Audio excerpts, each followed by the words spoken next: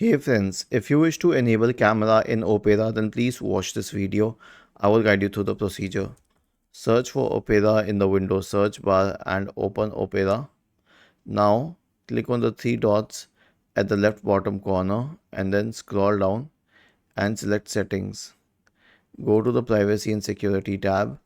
Select settings in the right pane. Scroll down and click on camera and then see it is automatically selected at this option. Sites can ask to use your camera. There's no permanent permission to camera for security reasons.